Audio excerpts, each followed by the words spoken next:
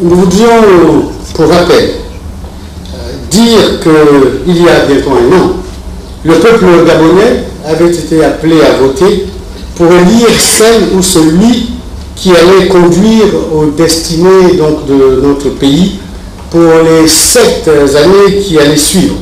Cette élection s'étant déroulée le 27 août 2016. Après une campagne rude qui a duré près de 2 semaines, une campagne parmi les plus heurtées que notre pays ait connues, les Gabonais sont allés aux urnes pour élire leur président de la République. Ils l'ont fait dans le calme, ils l'ont fait dans la dignité, selon nos traditions bantoues. Et cela, malgré les multiples provocations d'un camp qui s'était jeté dans cette campagne avec l'intention d'en découdre à tout prix. Les résultats de la dite élection présidentielle, après examen du contentieux par la Cour constitutionnelle, donnèrent donc Ali Bongo Ondimba vainqueur de cette élection.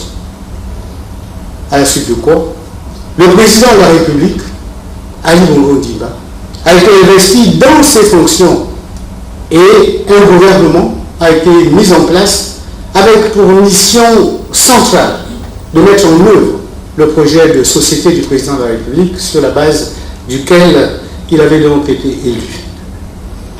De plus, et ensuite, comme il avait annoncé, avant et pendant sa campagne électorale, le président Ali Bongo Ondimba a fait tenir le dialogue politique inclusif et sans tabou auquel ont pris part la société civile ainsi que plus de 54 partis politiques de tous bords, tant de la majorité que de l'opposition.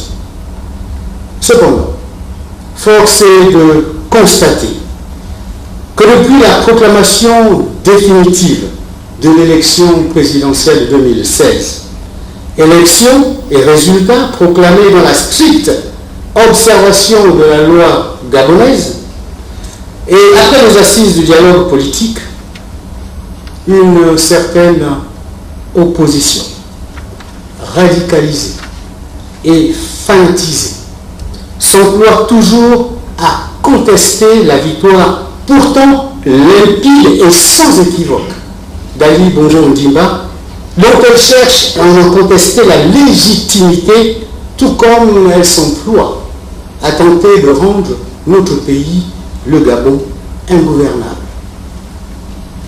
Recluse au sein de la coalition dite pour la Nouvelle République, cette opposition s'éloigne inexorablement des sentiers de la démocratie réelle, à laquelle le peuple gabonais a librement adhéré depuis 1990, et ce pour s'engouffrer sur le chemin étroit et dangereux de la violence, des intimidations, de la haine et du harcèlement des autorités politiques et administratives de notre pays, tout en proclamant sa détermination en des termes à peine voilés à faire couler le sang des Gabonaises et des Gabonais. Pour atteindre cet objectif, cette opposition, disais-je, fanatique et en manque d'inspiration, ne recule devant rien, promettant de faire la voie au macabre dessein de voir les Gabonais s'entretuer. De plus, cette opposition, qui s'appuie à titre principal sur des personnalités étrangères dûment identifiées et nostalgiques de pratiques politiques douteuses et hors du temps, compte également sur l'action de journalistes complaisants qui sont mis à contribution pour publier des articles à charge, sans nuance aucune, contre Ali Bongo Ondimba, sa famille, ainsi que sur d'autres autorités publiques gabonaise. Les membres de cette opposition, dont les plus importants ont tous été fabriqués et nourris par Omar Bongo Ondimba, n'hésitent pas à traîner son nom dans la boue et à cracher sur sa tombe. Que ceux de nos compatriotes qui seraient tentés de suivre cette opposition s'arrêtent donc un instant, juste pour se poser la question suivante. Comment ces personnes qui se montrent si ingrates envers celui qui leur a tout donné pourraient-elles se montrer reconnaissantes envers un peuple qu'elles ont toujours méprisé? Car en effet, avant que ne fleurisse dans leur esprit la volonté d'être président à la place du président Ali Bongo Ondimba, ces personnes n'avaient que le mépris pour les populations gabonaises dont elles ignoraient à peu près tout. Mesdames et messieurs, cela va faire un an qu'à travers les journaux et les émissions télévisées, téléguidées, grossièrement orientées, cette opposition s'emploie non pas à une mobilisation démocratique du peuple, mais plutôt à un endoctrinement de certaines couches de nos concitoyens en instillant les germes du mensonge, de l'hypocrisie, de la rancœur, de la calomnie. En résumé, les germes de la haine à des populations à qui elle enseigne que le bulletin de vote ne servirait plus à rien. Alors, mesdames et messieurs, une question s'impose à nous tous. Si le vote n'est plus le mode d'accession au pouvoir, que reste-t-il, ou plutôt, que propose donc cette opposition à la place? Surtout lorsque nous constatons que son discours est abscons. Voici, mesdames et messieurs, en introduction, le mot que nous avons voulu faire pour lancer cette conférence de presse, et nous restons disponibles pour répondre à vos questions si jamais vous en avez. Je vous remercie.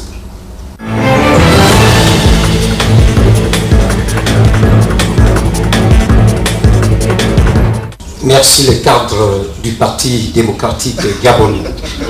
C'est comme il vous conviendra. Merci.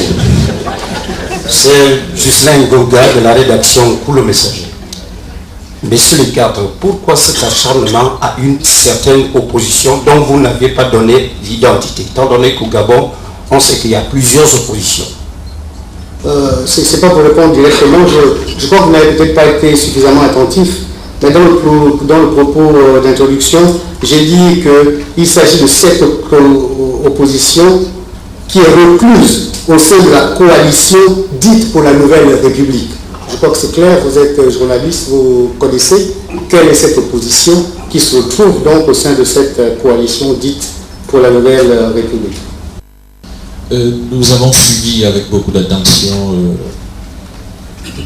votre discours, votre présentation, votre introduction. Mais je pense que pour moi, la question demeure, quel est vraiment le but de cette conférence de presse? Quel est le message principal en dehors de ce discours sur l'état des lieux? Quel est le principal message que vous voulez adresser au peuple gabonais? Et que proposez-vous, peut-être, je vais revenir sur la question de mon collègue, que proposez-vous pour une sortie de crise? Parce qu'on a l'impression que malgré le dialogue politique d'Ngondji, qui était censé aplanir les angles, apporter une certaine paix sociale, on a l'impression qu'on tourne sur place et que rien n'avance. Merci, je suis Jérôme Friedrich, je suis journaliste pour l'agence Santor. Je voulais juste savoir, ça avait débuté comme ça, on se rappelle, le Mongabo au niveau de l'hôtel Boulevard. Je voudrais savoir, c'est quoi comment est-ce qu'on peut identifier aujourd'hui votre mouvement? Vous êtes un Mongabo bis, si je puis dire, ou un nouveau mouvement que vous créez pour soutenir, parce que vous avez introduit en disant que beaucoup d'actions, une série d'actions va être lancée. Je voudrais savoir, c'est quoi l'identité de votre mouvement, ou c'est juste, on va dire 4 ou 5 personnalités qui veulent, qui affirment leur soutien à Ali Bongo. C'est quoi le mouvement? Bien, je peux commencer par quelques... Sur toutes ces problématiques et les questions qui nous sont posées, il y a une trame. D'abord, on parle de quelles propositions pour sortir de crise ou de l'impasse. Pour ce qui nous concerne ici, le Gabon est sorti de la crise et le Gabon est sorti de l'impasse, s'il y avait impasse, après l'élection présidentielle, la formation du gouvernement. Le dialogue politique était un engagement du chef de l'État bien avant la campagne. Et pour ceux qui s'en souviennent, lorsque, devant les 2 chambres du Parlement réunies en congrès, le chef de l'État s'est exprimé, il s'est engagé à tenir ce dialogue politique afin, disait-il, de faire évoluer nos institutions. La contestation électorale, qui n'était pas une première, malheureusement, puisque, en dehors de 2005 peut-être, toutes les élections présidentielles au Gabon ont connu leur lot de contestations plus ou moins violentes. Cette contestation a donné lieu, effectivement, à une demande de l'opposition qui rencontrait un besoin de la majorité d'avoir ce dialogue politique inclusif et sans tabou, comme vient de le rappeler Pacom Moubélé. Alors vous demandez quelles sont nos propositions. La première chose, il y a un gouvernement en place. Il faut que les uns et les autres comprennent que l'élection est terminée et qu'il y a un temps pour tout. Il y a eu un temps pour discuter. Il y a eu un temps pour dialoguer. Il est maintenant temps que nous passions à autre chose.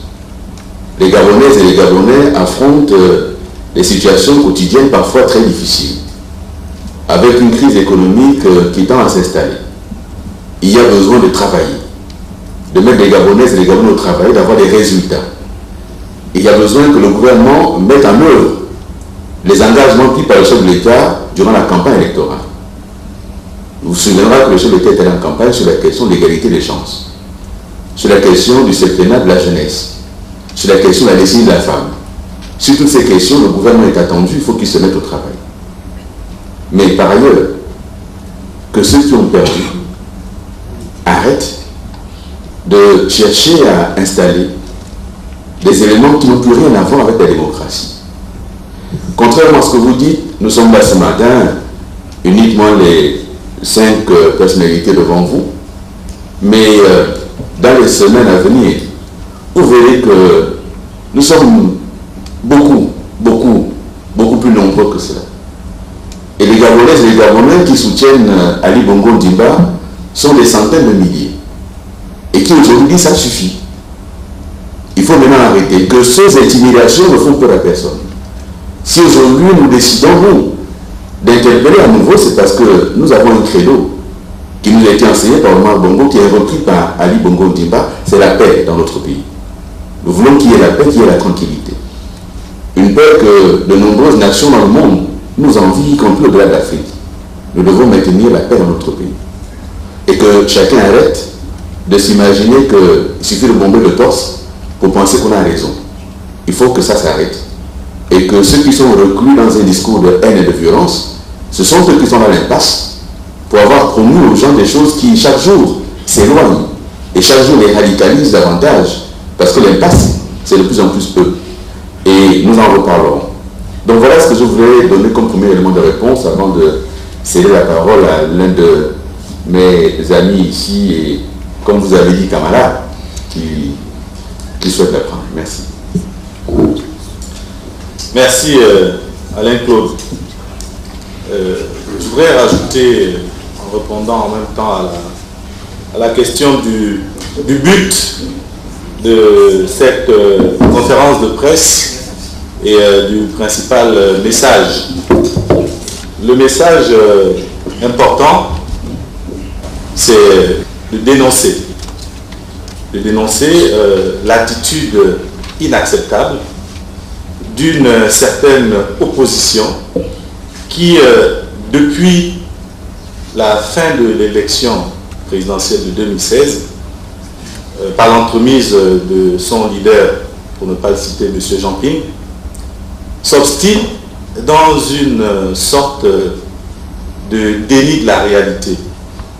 Et déni qui finit par être presque, s'agissant de M. Jean-Ping, une sorte de déni psychopathologique. Parce que, voyez-vous, ce monsieur qui n'a connu le peuple gabonais qu'il y a quelques mois, refuse obstinément, en fait, je crois que c'est pour sa survie, il dénie la réalité de son échec. C'est ce qui fait qu'il reste, je pense, de mon point de vue aujourd'hui, un acteur, quelqu'un qui demande à être suivi, parce que s'il reconnaît cette défaite, je suis persuadé que sa vie politique s'arrêtera. Donc, il embarque, et c'est ça qui est dommage et que nous voulons dénoncer, il embarque une partie de notre peuple dans ce déni. Car, voyez-vous, l'élection de 2016, elle a connu, certes, des difficultés, mais elle a été remportée par Ali Bongo Ondimba, constatée par toutes les instances qui gèrent les élections dans notre pays. Et à la demande du gouvernement gabonais, vous avez vu que pour la première fois, nous avons fait venir des personnalités de l'extérieur, parce que nous n'avions rien à cacher. Donc l'élection, elle est terminée régulièrement. Et ce monsieur continue à se pavaner sur la place internationale, à distraire le peuple dans un discours de haine, dans un discours suicidaire. Je pense que comme moi, vous l'avez suivi vous-même ces derniers temps, en général, vous et moi, les personnes normales, lorsqu'elles mènent un combat, si on leur pose la question de savoir, vous menez un combat, pourquoi, pour quelle issue, une personne normale vous dira que je mène le combat pour la victoire, n'est-ce pas? J'irai jusqu'au bout, c'est-à-dire la victoire. Voyez-vous, M. Ping suicidaire dit, lui, il mène le combat jusqu'à la mort. Et c'est ça, c'est l'état d'esprit de ce monsieur que nous voulons dénoncer aujourd'hui. Ce monsieur, il veut semer la mort dans ce pays. Il veut nous faire connaître les situations dramatiques que certains pays ont connues. Par sa radicalisation, son jusqu'au boutisme, il est en train de faire la preuve qu'il n'est pas un homme politique. Et donc nous voulons attirer l'attention du peuple gabonais, parce que quand même certains compatriotes le suivent, de bonne foi, persuadés que c'est vraiment un leader, mais il n'en est rien. Constatez son comportement au quotidien, vous verrez que ce monsieur ne fait pas de la politique.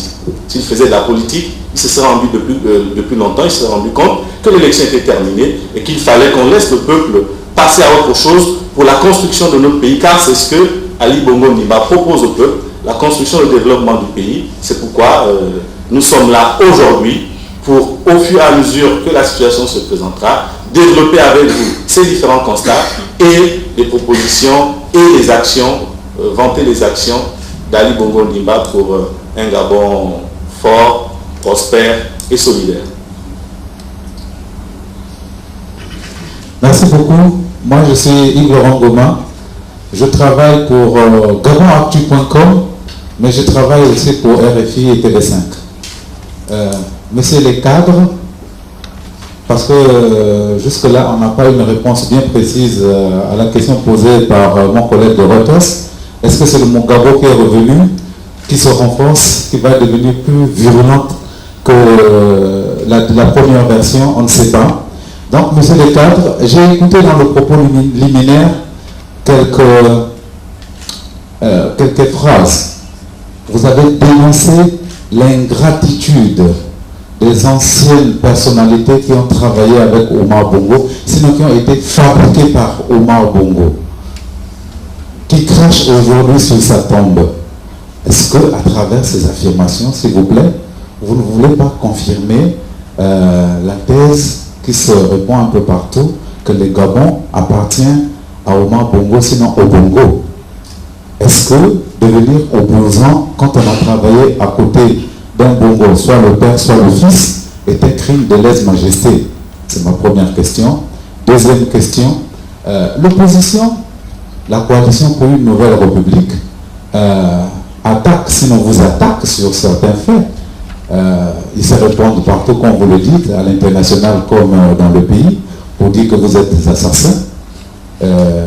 J'ai suivi récemment un collectif d'ONG qui a organisé des conférences débats à Paris pour dire la situation ou l'évolution du dossier de la CPI. Et vous, nous avons la chance d'avoir ici M. Ali Akbar Onanga, le délégué qui a suivi ce dossier. Quel plan vous pouvez faire aux Gabonais pour que les Gabonais aussi, qui ont suivi ce qui s'est dit à Paris, puissent avoir aussi une opinion? Et l'opposition aussi vous critique, dit que vous avez été incapable de planifier la situation économique du pays. Tous les chantiers sont fermés. Est-ce que cette opposition n'a-t-elle pas raison? Et on vous reproche par exemple aussi, comme tous les matins, les fonctionnaires se réveillent avec un communiqué pour annoncer qu'ils seront mis sur le banc de caisse. Que cache cette opération? Merci beaucoup. Vous travaillez vraiment pour plusieurs organes de presse, puisque je suppose que c'est pour chacun des organes que vous avez multiplié les questions. Nous allons y répondre. On voulait savoir est-ce qu'il y en a une autre, ou bien est-ce que c'est suffisant?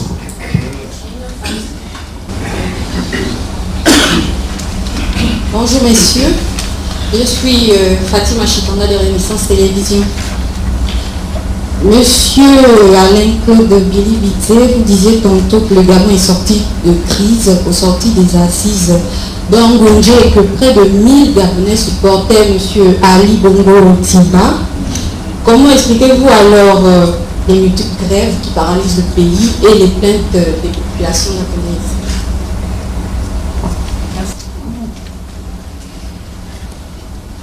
Une autre intervention, on va qu'on répondre. Bonjour, Moussa Nziri, j'interviens en tant que journaliste.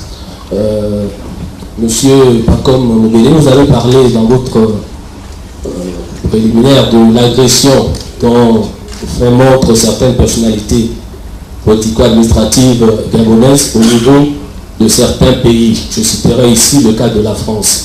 Dans le mouvement qui va être lancé, déjà, comment comprendre le silence de ce pays, frère, je crois, ou ami, où nos compatriotes sont agressés et il y a un silence vraiment qui en dit long. Aucune plainte ou aucune interpellation pour ces personnes-là vis-à-vis de ce qu'elles font sur les personnalités gabonaises. Et par rapport à votre mouvement, qu'est-ce qui est prévu pour être fait? Moi, je vois dans certains autres pays où avec moins que ça, on interpelle par exemple l'ambassadeur pour lui demander comment est-ce possible que les compatriotes puissent être agressés violemment même sur leur territoire et que là-bas les forces de l'ordre n'interviennent pas ou n'entendent même pas ces personnes pour leur demander le pourquoi de ces agressions. Alors qu'est-ce qui va être fait pour peut-être remédier à cette situation? Nous allons nous arrêter là pour le moment. Je voudrais juste signer, ça dépend si les cadres ici, amis et camarades, enfin, selon les qualifications que vous voulez bien nous donner, nous l'autorisent. Je vais juste commenter sur la question des agressions à l'étranger.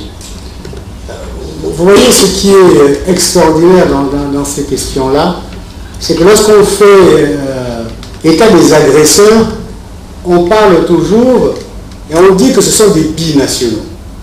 Si on prend le cas de la France, est-ce que ces binationaux, ces Gabonais, quand ils agissent en France, ont-ils des cartes de séjour? S'ils ont des cartes de séjour, ce sont des Gabonais. S'ils ne l'ont pas, ça veut dire que ce ne sont pas des Gabonais. Donc ça veut dire que ce sont des ressortissants d'un pays amis et frères qui agressent des Gabonais. C'est un constat qui est aussi simple que ça. Et les autorités compétentes dans ces domaines-là ont, je peux vous le rassurer, saisi les instances autorisées de ces pays-là pour poser cette question de façon très formelle. Il est facile, simple, de dire que oui, ce sont des binationaux avec une partie gabonaise, mais moi je veux bien qu'on me présente ces Gabonais-là qui sont installés, qu'on me présente leur carte de séjour. Donc vous voyez, il y a des ambiguïtés sur lesquelles il ne faut pas revenir.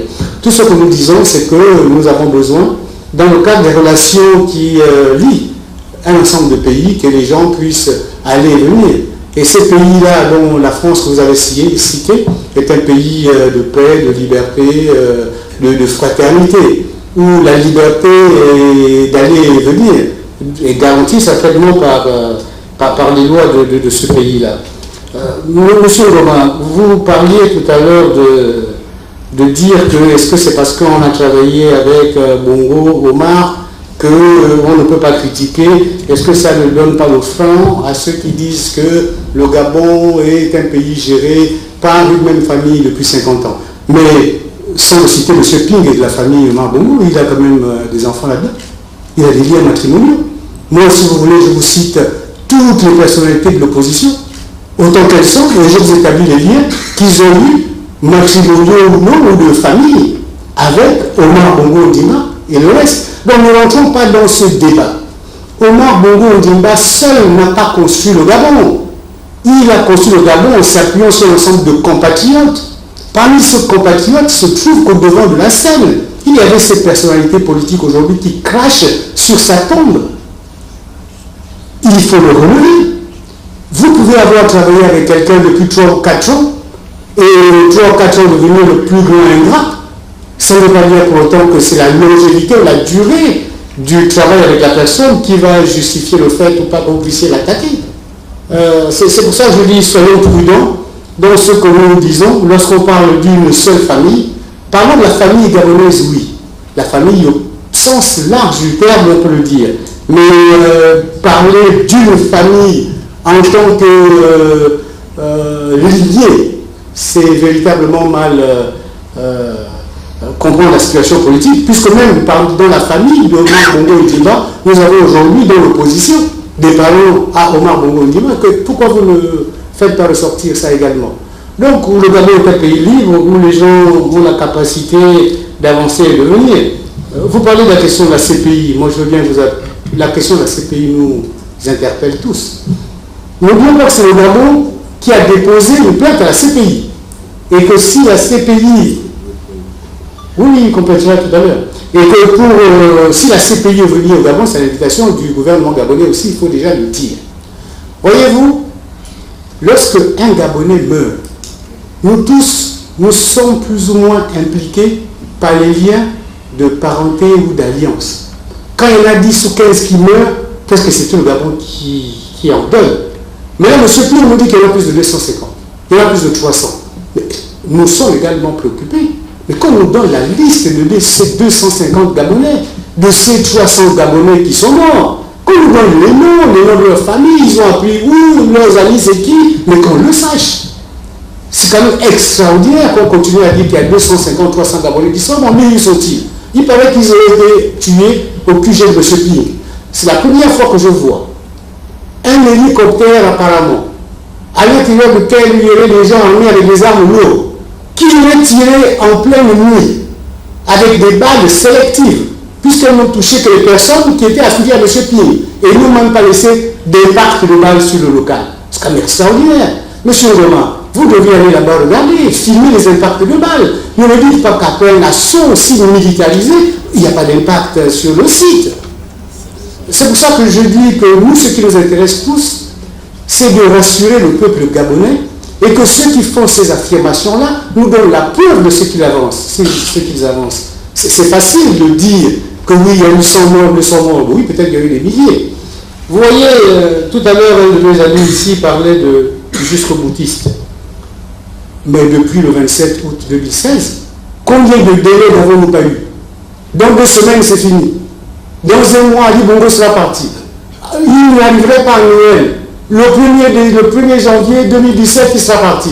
Mais à chaque fois, c'est la même rengaine. Entre-temps, que font ces mêmes personnalités? Elles vont à l'étranger. Et que disent-elles à l'étranger, ces personnalités? Elles disent que la guerre civile va être inévitable au Gabon et que le sang va couler. Et toutes les actions qui sont fomentées par elles, c'est d'aller dans ce sens. C'est pour ça que nous disons, que la parole doit être utilisée avec beaucoup d'humilité par les hommes politiques. Et il ne faut pas que ces personnalités pensent qu'elles font peur à qui que ce soit. Les Gabonais sont des gens pacifiques de nature, mais que ces personnes sachent qu'il y a quand même un pas entre l'intention et l'action. Et qu'au moment de l'action, eux-mêmes peut-être ils sont surpris de voir jusqu'où est-ce que cette action pourrait les mener. J'ai peut-être pris la parole, j'ai un collègue qui voudrait compléter certaines informations. Simplement sur le point concernant la famille. Ceux qui ont travaillé, donc les responsables politiques qui ont travaillé avec Omar Bongo, et quand ils quittent, donc vous avez dit le PDG, quand ils quittent, ils deviennent gras, ils deviennent non. Ce n'est pas ce qui est reproché. Ils peuvent quitter, ils sont libres de partir.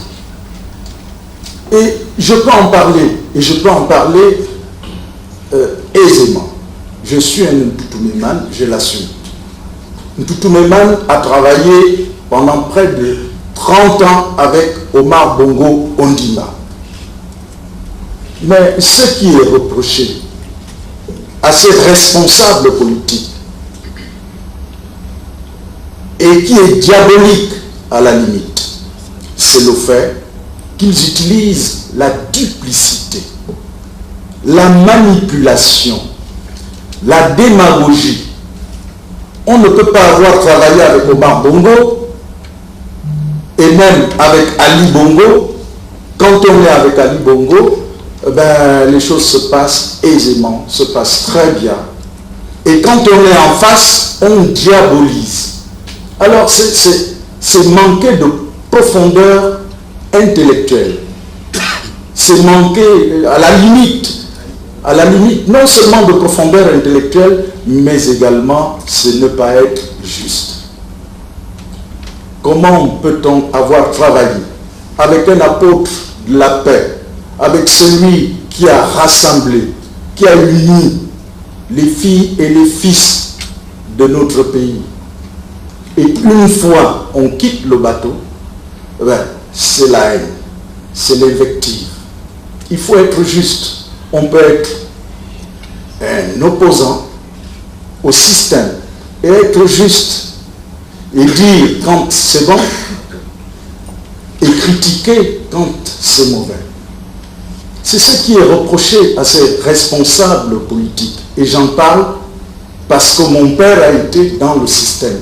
Et je suis celui qui dit haut et fort qu'on ne fait pas la politique simplement avec le prisme familial. Ce n'est pas possible. Et moi j'ai été jusqu'à dire non à mon propre père en disant la loyauté en politique, ça a un sens.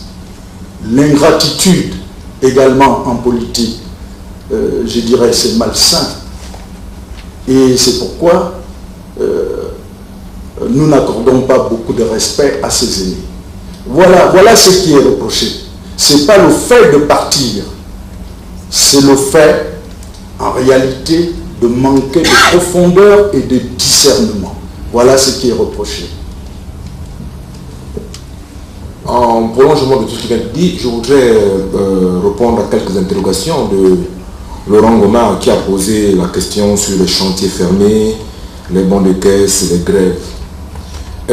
Mais je voudrais dire simplement qu'il ne faut pas que l'opposition utilise la voix du peuple pour assouvir ses propres besoins. Il ne faut pas être nombriliste. Il ne faut pas utiliser le peuple pour s'auto-satisfaire soi-même. Les grèves, la crise actuelle, mais M. Laurent Goma, votre radio panafricaine le dit tellement bien, la crise actuelle est due aux causes exogènes à l'économie gabonaise. Mais le gouvernement, et Alain tout à l'heure l'a bien dit, le gouvernement doit se mettre au travail. Nous devons nous mettre au travail et nous l'avons fait. Nous avons proposé un plan de relance économique. Les instances internationales nous ont proposé des financements. 642 millions de dollars, M. Ngoma, que le FMI nous a prêté. pour pouvoir relancer l'économie gabonaise. Alors je vous pose la question inverse. Quand vous dites que l'opposition n'a-t-elle pas raison quand ils se sont fermés, mais je vous pose la question inverse. Est-ce que l'opposition a raison de faire le tour du monde et d'aller dire aux instances internationales de ne pas prêter de l'argent aux Gabonais? Est-ce que c'est cela la relance économique que le peuple attend de ses futurs dirigeants, si encore ils y arrivent? Alors, il faut que le peuple n'attend pas ça des dirigeants et de l'opposition. Le peuple attend des salaires à la fin du mois, le peuple attend la résolution au chômage, le peuple attend des écoles, le peuple attend une économie qui marche. Le peuple n'attend pas que les dirigeants, les politiciens conduisent tout le temps les débats vers des rhétoriques politiciennes et qui ne s'occupent pas des intérêts du peuple. Nous soutenons un gouvernement qui travaille et qui s'oriente vers la solution des populations au niveau de toutes les couches sociales. C'est pour cela que le plan de relance économique que le gouvernement a proposé doit être soutenu par les populations et toutes les personnes qui sont de bonne foi et qui veulent, avec le gouvernement, trouver des solutions au travail, trouver des solutions à l'emploi, justement à la réouverture des chantiers aujourd'hui fermés du fait de la crise. Le gouvernement, plutôt les populations gabonaises ne souhaitent pas ce qui se dit dans vos organes de presse, M. Ngoma. Ne souhaitent pas que ça perdure. Nous avons une tradition au niveau de l'Afrique. Nous sommes respectueux des morts. Il ne faut pas faire dire aux morts ce qu'ils n'ont pas dit. Il ne faut pas faire porter le chapeau aux morts sur ce qu'ils n'ont pas réalisé. Il ne faut pas prendre les morts pour des marchepieds pour s'auto-satisfaire, pour résoudre ses propres problèmes nombrilistes. Monsieur Mbaobam est quelqu'un qui a été dans ce pays, qui a fait un parcours politique. Aujourd'hui, il n'y est plus. Il ne faut pas lui faire dire ce qu'il n'a pas dit, ou lui faire faire ce qu'il n'a pas fait. C'est irrespectueux des morts. Nous nous opposons à cela. Laissez les morts où ils sont. Respectons leur mémoire. Et sur la question des grèves multiples, mais nous soutenons le gouvernement qui s'y emploie. Aujourd'hui, le gouvernement est en train de préparer la rentrée scolaire prochaine. On n'a pas besoin d'attendre que la rentrée scolaire ait lieu pour s'occuper des problèmes aujourd'hui. Nous souhaitons que le Gabon se mette au travail, qu'il n'y ait plus de grèves. Gouverner, c'est prévoir. On doit pouvoir dès à présent mettre les hommes au travail. Évitons de distraire le peuple. Évitons de donner l'occasion au peuple de croire que tout va mal. Comment pensez-vous que tout va mal quand même les instances internationales qui sont rigoureuses sur les questions du financement arrivent à avoir confiance et nous donnent de l'argent? Un mot sur les bons de caisse. Mais c'est tout à fait normal que l'administration contrôle ses effectifs. C'est tout à fait normal qu'on puisse faire, à un moment donné, un break. On s'est dit, on a besoin de savoir si tous les fonctionnaires de tel ministère sont bel et bien au travail et qu'on puisse savoir s'ils ont bel et bien pointé leur mensualité et on fait un pointage, on vérifie leur présence et ils vont à la caisse prendre leur argent. Mais ça ne veut pas dire que changer de mode de paiement, ça laisse croire qu'il y a un problème de financement des salaires. Vous voulez faire quoi? Donc, c'est ce genre de dérapage facile pour lequel nous nous opposons. Nous ne pouvons pas laisser dire de telles inepties et c'est pour cela que nous pensons que le peuple doit se réveiller et ne pas suivre ces personnes qui ne pensent qu'à eux-mêmes et ces personnes qui ne pensent qu'à eux-mêmes et qui sont nombrilistes et ne voient pas l'intérêt du plus grand nombre. Parfait, merci. Il y a eu quelques questions qui m'ont été directement adressées. Je vais tenter d'apporter des éléments de réponse.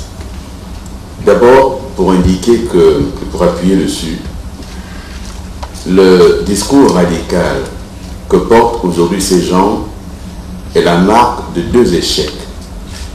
Le premier échec, c'est lié à la présidentielle de 2016, d'avoir échoué à prendre le pouvoir par la force, par la rue, d'avoir échoué dans leur tentative de ce qui s'apparentait et était clairement un coup d'État. Un coup d'État, c'est quoi? C'est la volonté de prendre le pouvoir autrement que par le cheminement prescrit par la constitution d'un pays. Dès l'instant où on attaque de manière délibérée des symboles de la République, comme l'Assemblée nationale, on n'est pas dans une démarche démocratique, et vous le savez. Dès l'instant où on s'en prend à la radio nationale, à la télévision nationale, le petit bréviaire des fomenteurs de coup d'État vous l'enseigne, on n'est pas dans une démarche démocratique. Et donc c'est un premier échec. Le second échec, patent, éclatant, c'est l'échec de la tournée en Europe de M. Ping. Ça a été un échec. Est-ce que vous vous souvenez que ce monsieur vous a présenté une photo où il a été reçu par un ministre français, par un ministre allemand, par une autre personnalité belge ou suisse? C'est quand même ça qu'il faut relever, messieurs les journalistes. Qui a reçu ce monsieur? Le sous-chef. Si ça avait été des personnalités politiques de premier rang, on aurait inondé les réseaux sociaux avec des photos, et ces réseaux sociaux qui sont abondamment inondés par des robots, on l'aurait fait. Mais c'est un échec. D'où on radicalise le discours à l'extrême pour tenter de mobiliser les populations. Arrivé à Libreville, un troisième échec. La mobilisation qu'on nous promettait, des dizaines de milliers de personnes, n'a pas eu lieu.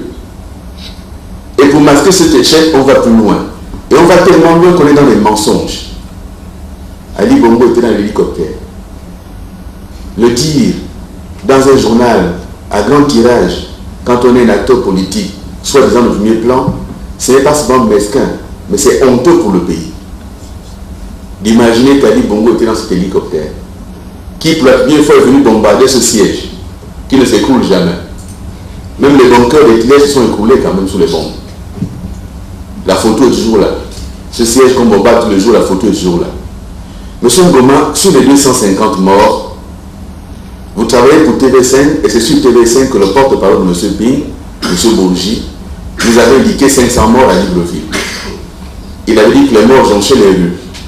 Et vous qui êtes correspondant de TV5 à Libreville, vous n'avez envoyé aucune image de morts qui jonchaient les rues à Libreville. Alors, soit vous avez mal fait votre travail, soit les morts n'existent pas. Les 250 morts, les Gabonaises et les Gabonais vont se lever et vont saisir des instances appropriées pour que M. Ping nous indique où sont les morts. Qui sont les morts? Parce qu'à force de répéter un mensonge aux yeux de certains, ça pourrait prendre la parole de la vérité. Nous sommes Gabonais. Chacun se souvient de l'histoire de Massika, 15 morts. Tout le Gabon était en deuil. Avant Massika, on se souvient de Makongogno. Tout le monde était en deuil. Imaginez 250 morts au Gabon. Où sont les veuves? Où sont les veufs? Où sont les orphelins? Où sont les parents? Vous pensez que si le pouvoir avait peut-être caché les corps, il a aussi caché les parents de ces gens-là? Chacun a peut-être une dizaine de parents, une vingtaine de parents, une cinquantaine d'alliés. Multiplier 50 alliés par 250, qu'est-ce que ça donne? Ils sont où? Donc, M. Ping, on étudie, pour ce qui nous concerne, de manière à ce que tous les examens soient faits pour qu'ils répondent de ceci. S'agissant de la question évoquée par Blaise sur la mémoire de Borbal, vous voyez jusqu'où le déni peut conduire quelqu'un. Il faut effacer, il faut gommer tous ceux qui, à un moment ou l'autre, ont incarné l'opposition gabonaise. Il faut les gommer pour être aujourd'hui le seul à prétendre incarner l'opposition. Il faut les gommer, il faut les effacer. En dénigrant tout ce qu'ils ont pu faire, nous ne sommes jamais dans cette démarche. Et si nous considérons que les gens sont ingrats, ce n'est pas d'être parti, mais c'est étant parti d'avoir dit que tout ce qui était fait, même lorsqu'ils y étaient, était mauvais. Et de faire comme si dans ces cas, ils ne sont responsables de rien. Eux ne contribuent à rien. Les grèves les a répondu. Mais j'allais dire que La grève est le quotidien entre l'employeur et l'employé pour améliorer les conditions, c'est normal. La question, c'est sur le fondement des grèves. Nous dénonçons les grèves politiques. La volonté de paralyser un secteur parce qu'on veut plaire et on veut rentrer dans une démarche politicienne. Il y a des grèves dans les secteurs, on se demande quel est le mal dans ce secteur. On vous dit il y a grève. On regarde. Eux-mêmes n'arrivent pas à justifier pourquoi ils sont en grève. Mais parce que c'est piloté, c'est téléguidé, qu'il y a des objectifs. Et donc nous dénonçons ça. Il y a des grèves, effectivement, on s'assoit pour discuter. Le gouvernement est encouragé à discuter. Le Premier ministre est rendu au Parlement, il a dit le dialogue social sera au cœur de son action politique. Il le fait. Et donc, nous travaillerons à ce qu'il n'y ait pas cette persistance des grèves.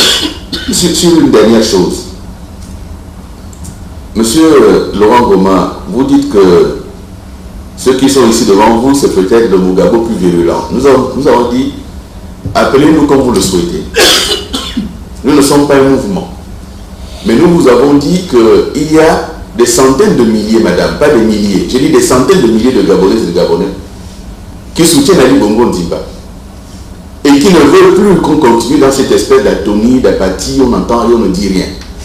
Et on laisse quelques individus faire croire à la terre entière qu'au Gabon, Ali Bongo ne gère plus, elle ne maîtrise plus rien. Ceci doit s'arrêter. Et que ceux qui le font considèrent qu'à partir d'aujourd'hui, il faut systématiquement avoir des réponses en face. Ce sera des réponses multiples, mais toujours dans la légalité, dans le droit, dans la démocratie. Jamais nous ne serons embarqués sur les chemins de travers, sur les chemins sur lesquels ils veulent entraîner le pays.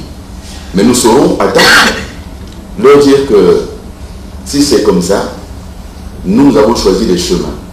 Et nous apportons les réponses en dénonçant, en dénonçant, en dénonçant. Mais nous ne continuons pas à dénoncer dans les conférences de presse. Pas comme dans son propos vous a dit, ceci est le début, ce ne sera pas la fin. C'est le lancement d'une série d'opérations. Alors soyez patients, vous serez informés de la suite. Et si vous nous donnez un nom, il vous reviendra de le donner, mais nous ne sommes pas appelés mouvement ou Mugabo. Voilà, merci Paco.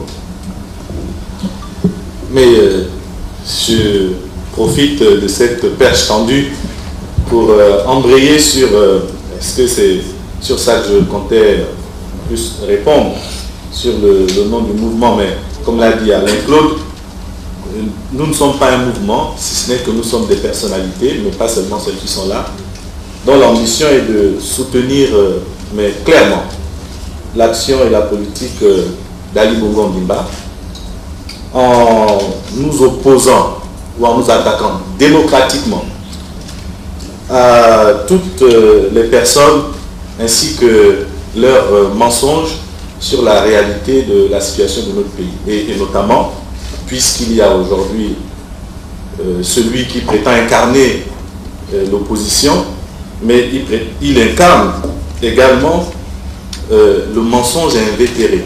Parce que voyez-vous, monsieur Jean Ping, lorsqu'il dit que c'est Ali Bongo qui a fait incendier l'Assemblée, quelle honte!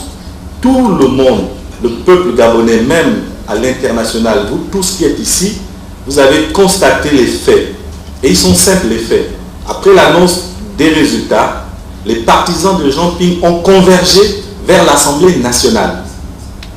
Et ils ont mis le feu à l'Assemblée nationale.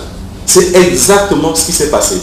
Et donc dire que c'est Ali Bongo, c'est vraiment être un menteur invétéré, pathologique. Et de toute façon, le pathos dans les attitudes est finalement la caractéristique de ce monsieur, comme je vous l'ai dit tout à l'heure. Mais voyez-vous, quelqu'un a dit que pourquoi est-ce que c'est un crime de lèse-majesté que de critiquer ou de s'opposer à Ali Bongo Ondimba ou au règne des Bongo. Je voudrais rajouter à ce qu'a dit Alain Claude tout à l'heure, et même Paco, et même Simon. Le problème ici, c'est pas de s'opposer à Ali Bongo Ondimba. Je profite de cette question seulement pour dire, vous voyez, Ali Bongo a proposé au peuple un projet. Et par ce projet, il souhaite, et il va le faire, Inch'Allah, incarner le changement positif. Or, ceux qui crient aujourd'hui, qui contestent. Mais là, je voudrais que vous soyez attentifs. Nous l'avons souvent dit. Je voudrais que ça retienne l'attention. L'opposition d'aujourd'hui, c'est qui? C'est quoi? L'opposition d'aujourd'hui, c'est les pédégistes d'hier. Les pédégistes d'hier. Et je voudrais vraiment que vous fassiez attention à cela. L'opposition d'aujourd'hui, c'est les pédégistes d'hier. Ça veut dire quoi? C'est-à-dire que ce sont des personnalités qui ont géré ce pays. La situation que nous connaissons dans ce pays, que nous décrions, elle est le résultat de la gouvernance de ces personnes qui sont encore vivantes et qui sont, vous les regardez tous, je dis bien, tous qui sont dans l'opposition aujourd'hui sont les pédégistes d'hier qui ont géré ce pays. Croyez-vous que ces personnes, par rapport à moi, à ceux qui sont sur cette table, sont plus crédibles, sont à même d'incarner le changement? Pensez-vous que nous sommes comptables de la situation des 40 ou 50 ans de ce pays par rapport à ces personnes qui crient aujourd'hui dans l'opposition? Croyez-vous qu'il suffit de contester Ali Bongo Ondimba pour devenir opposant? Mais ces personnes, les pratiques qu'elles ont installées dans ce pays, elles sont encore là. Notre administration est gangrénée de personnes que ces personnalités ont mis dans les rouages de l'administration. Des pratiques que ces personnes ont laissées dans notre pays, dans la façon de faire. Ces personnes qui crient aujourd'hui sont comptables, sont responsables de la situation de notre pays. Donc, je voudrais insister là-dessus pour dire que donc, elles sont mal placées aujourd'hui pour nous donner des leçons. Et en tout cas, en ce qui me concerne, aucun d'entre eux ne peut me donner des leçons de gouvernance. Aucun d'entre eux. Ils ont tous fait la preuve de leur incapacité, de leur incompétence, puisqu'aujourd'hui ils dénoncent. S'ils dénoncent, ça veut dire que ça va mal. Et si ça va mal, c'est parce qu'ils nous ont laissé un héritage qui est mauvais, il faut le dire. Donc ils ne sont pas les mieux placés aujourd'hui. De toute façon, M. Ping, toutes les hautes responsabilités qu'il a assumées dans ce pays, on attend son bilan. Qu'il vienne nous dire que moi, parce que j'ai été ici, voilà ce que j'ai réalisé pour le peuple. Et tous les autres de cet acabit qui sont avec lui, qu'ils viennent nous présenter leur bilan. Donc, ces anciens pédégistes, ils n'ont pas de leçons à nous donner, ils n'ont pas de leçons à donner à Ali Bongo Ondimba. Nous sommes là aujourd'hui et si vous voyez que beaucoup d'entre eux ont quitté, c'est justement parce qu'ils ont voulu laisser, ils ont voulu que le système qu'ils avaient installé se maintienne. Or, Ali Bongo Ondimba a dit non, il faut évoluer, il faut changer les pratiques. C'est la raison pour laquelle tous autant qu'ils sont, je dis bien tous autant qu'ils sont, ont décidé de partir. Simplement parce que leur situation, leur pratique n'avait plus de cité dans la gouvernance d'Ali Bongo Ondimba. Il n'y a rien, ce n'est pas des contestations idéologiques. Vous savez que chez nous, rarement l'idéologie est à l'origine des mouvements politiques. C'est dommage de le dire, mais c'est la réalité. C'est donc pas l'idéologie qui amène ces personnes dans l'opposition. C'est leur propre intérêt. Ces personnes qu'elles me démontrent ne trouvaient plus leur intérêt dans la façon de faire d'Ali Bongo Ondimba, simplement parce qu'Ali Bongo Ondimba, il veut développer ce pays et il veut le développer pour le peuple gabonais. Eux ont géré ce pays, pour beaucoup d'entre eux, uniquement pour leur intérêt. Ils ont voulu maintenir ce système et Ali Bongo Ondimba a dit non, voilà pourquoi ils sont partis. Rien d'autre. Si quelqu'un est parti pour une contestation idéologique, j'attends que la personne demain sorte et dise voilà mon idéologie est celle-là. Quand j'ai voulu la mettre en œuvre, Ali Bongo Ondimba ou ceux qui sont à côté de lui ont refusé. Aucun d'entre eux. Tous sont partis parce que leurs intérêts étaient remis en cause au bénéfice du peuple gabonais. C'est ça que je voulais rajouter. Je vous remercie. Je crois que nous avons fait pour cette première rencontre le tour de la question. Je voudrais, en vous remerciant d'avoir trouvé le temps de venir ici, vous rappeler peut-être quelques principes qui fondent la cosmogonie même du peuple gabonais, du peuple bantou que nous sommes, et qui met au centre de toute chose le respect qu'on a pour soi-même et pour autrui. Chez nous qui allons de temps en temps dans les montagnes, dans les savanes, dans les plateaux, dans les lacs, on nous enseigne que si tu insultes le cabri, tu insultes la perdrix, tu insultes la poule. Mais qui va te dire que le jour va se lever? Si tu insultes ton peuple, si tu fais tout pour que personne ne puisse donner assistance à ce peuple, si tu dénies à ce même peuple la volonté de se développer, mais si un jour tu es président, tu vas diriger quel peuple et quel pays? Tout ça pour dire simplement que nos frères, parents et amis qui sont dans l'opposition, radicalisés, je dis bien, je parle de l'opposition de M. Ping et ses acolytes, sachent que le Gabon est un et indivisible, que quelles que soient les actions qu'ils veulent poser, quelles que soient les prises de parole qu'ils ont, leur intention de gérer ce pays doit laisser la porte ouverte à l'union sacrée. Parce que même si demain, après-demain, ils venaient à diriger ce pays, ben, est-ce que ça veut dire qu'ils vont diviser les Gabonais en deux? Il y aura des Gabonais qui sont pour eux, qu'ils vont gérer et pas les autres Gabonais.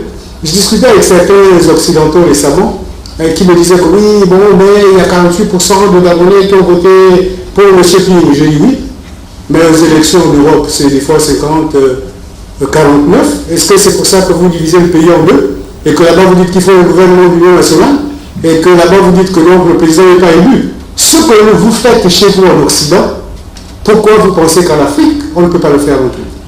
Parce que l'Afrique, j'oubliais, elle est composée de beaucoup de noirs et de quelques nègres comme nous autres, mais ayant appris quand même dans les écoles occidentales, avec les mêmes réflexes, les mêmes mécanismes également. Donc il faut qu'on arrête aussi, pour certains de nos parents, amis et connaissances occidentaux, à vouloir donner des fois des leçons qui n'ont pas de sens particulier. Je crois que chaque pays a ses problèmes. La pauvreté n'existe pas qu'au Gabon. Je crois qu'elle existe également dans les pays occidentaux. Nous, de temps en temps, qui avons là-bas, on la voit, on touche du doigt. Ce n'est pas que nous sommes dans ghetto zéro ou dans chômage 0% non plus. Donc, que nos amis, camarades, alliés et le reste, arrêtent également ce jeu qui fait penser qu'en tant qu'Africains et en tant que Noirs et Nègres, nous devons être à leur disposition. Aujourd'hui, il faut que l'on sache que ce que le président Ali Bongo Ondimba veut, c'est de nouer des partenariats, de serrer des mains, pas de tendre la main en tant que mendiant. C'est de serrer des partenariats qui soient gagnants-gagnants et qui soient bénéfiques pour les populations gabonaises et les populations de ces pays amis avec lesquels également nous avons des relations. Mais il ne peut pas être concevable que sur une échelle de 100, ben le Gabon prenne 5 ou 10 ou 20% et que certains pensent que c'est normal, qu'ils s'approprient ou qu'ils veulent s'approprier un ensemble de choses. Je dis qu'il faut que nous tous soyons prudents. C'est simplement pour dire que soyons concentrés, soyons en soutien au projet du président de la République, au plan de relance économique. Et comme je disais dans le propos introductif, nous allons avoir un ensemble d'initiatives que nous allons lancer. Vous savez que nos grandes initiatives, c'est très soutenu en général, elles sont très rythmées, donc nous allons certainement nous revoir assez souvent, assez rapidement, et soyez assurés que nous le faisons ici en toute liberté, et que à chaque fois que nous aurons l'occasion de dire ce que nous pensons sur les uns et les autres, nous le ferons sans langue de bois et continuons à dire que Ali Bongo Ondimba est le président du Gabon et c'est le seul élu président de ce pays. Je vous remercie.